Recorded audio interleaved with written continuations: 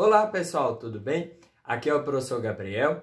Hoje iremos dar continuidade sobre estruturas de Lewis ou ligações covalentes, no qual será dividida essa aula em três partes. A primeira fala sobre carga formal, a segunda sobre estruturas de ressonância e a terceira iremos dar alguns exemplos para que esses dois conceitos aí fiquem mais fácil. Então, carga formal representada pela letra F, a definição eu vou deixar aí na descrição do vídeo para vocês. Então, é a carga que o átomo teria que ter se a ligação fosse perfeitamente covalente. Ou seja, cada átomo deveria ter exatamente a metade dos elétrons compartilhados em uma ligação covalente. Então, vamos tornar isso mais fácil. A carga formal ela é representada ou ela é calculada através de uma fórmula. Carga formal é V menos, abre parênteses, L mais meio que multiplica S. O que significa essas letras? O F é a carga formal, V é a quantidade ou é o número de elétrons de valência do átomo isolado, beleza? L é a quantidade de elétrons presentes como pares isolados na molécula. E S é a quantidade de elétrons presentes na forma de elétrons compartilhados em uma ligação. Então, carga formal nada mais é do que a carga que o átomo deveria ter se a ligação fosse perfeitamente covalente, ou seja, que a quantidade de elétrons compartilhados fosse exatamente igual, fosse exatamente a metade. Então, se eu tenho um átomo de flúor ligado a outro átomo de flúor, através de uma ligação simples, então ali numa ligação eu tenho dois elétrons, ou um par. Então, um elétron vai ficar com um flúor e o outro com o outro flúor. Isso se a ligação for completamente ou perfeitamente covalente. Então, vamos dar um exemplo aqui. Fizemos na aula anterior, vimos como que desenha estruturas de Lewis. Então, volte lá se vocês tiverem dúvida. Então, uma das estruturas de Lewis foi esse ânion aí, HCO2. Então, esse ânion apresenta essa estrutura de Lewis. O que iremos fazer? Calcular a carga formal de cada átomo. Qual que é a importância da carga formal? Quanto maior a carga formal dos átomos, mais instável vai ser aquela estrutura de Lewis, tá? Então, toda vez que um composto é formado, sempre a gente vai priorizar estruturas de Lewis que tenha carga formal próximo de zero ou nula, beleza? Sempre, então, a intenção da carga formal, o que é? Falar se uma molécula é instável ou uma molécula é estável. Então, quanto mais próximo de zero, se todos os átomos tiverem a carga formal de zero, significa que a molécula está estável. Agora, se os átomos tiverem carga positiva ou carga negativa, significa que eles estão ou ganhando ou, de certa forma, perdendo elétrons, o que desestabiliza a estrutura de Lewis. Então, vamos lá, um exemplo aqui. Então, eu vou pegar primeiro esse carbono aqui. Vou calcular a carga formal do carbono. Então, F do carbono. O que a gente precisa? Quantidade de elétrons de valência do carbono. Se o carbono está na família 4, ele tem 4 elétrons de valência. Então, vai ser 4 menos. L é a quantidade de elétrons isolado. O carbono tem elétrons isolados? Não tem. Então, vai ser 0. Mais metade dos elétrons compartilhados. Quantos elétrons compartilhados que ele tem? Só contar. Então, do lado de cá tem 1, 2. No hidrogênio também, 3, 4, 5, 6, 7, 8. Então, tem 8 elétrons compartilhados. Só fazer essa conta. A metade de 8, ou seja, 8 dividido por 2 é 4. 0, sempre temos que resolver dentro do parênteses primeiro. 0 mais 4 é 4. Só que tem um sinal de negativo aqui do lado de fora. Então, vai ficar 4 menos 4.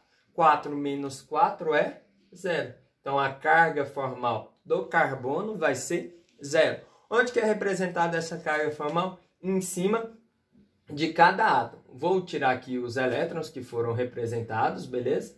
Então, em cima do hidrogênio, do carbono embaixo, tem que estar escrito um 0, tá? De preferência com outra cor, para ficar mais claro. Vou calcular do hidrogênio, tenho que calcular para todos os átomos. Então, carga formal do hidrogênio. Então, quantos elétrons na camada de valência ele tem? Ele tem um elétron na camada de valência. Menos, quantos elétrons isolado esse hidrogênio tem? Ele tem 0. Então, 0 mais metade dos elétrons compartilhados. O hidrogênio só compartilhou com carbono. Ele compartilhou 2 elétrons. Metade, ó, 2 dividido por 2 é 1. 0 mais 1, 1. Aí, então, ficou 1 menos 1. 1 menos 1 é 0. Então, a carga formal do hidrogênio também é 0. Então, eu vou escrever aqui. Beleza? Falta dos 2 oxigênios. Vou pegar o oxigênio do lado esquerdo lá primeiro. Carga formal do oxigênio. Então, para eu calcular aquela carga formal lá, o que a gente precisa? Do V. O V é a quantidade de elétrons de valência. O oxigênio está na família 6. Então, ele tem 6 elétrons de valência. Menos quantos elétrons que ele tem como elétrons isolados?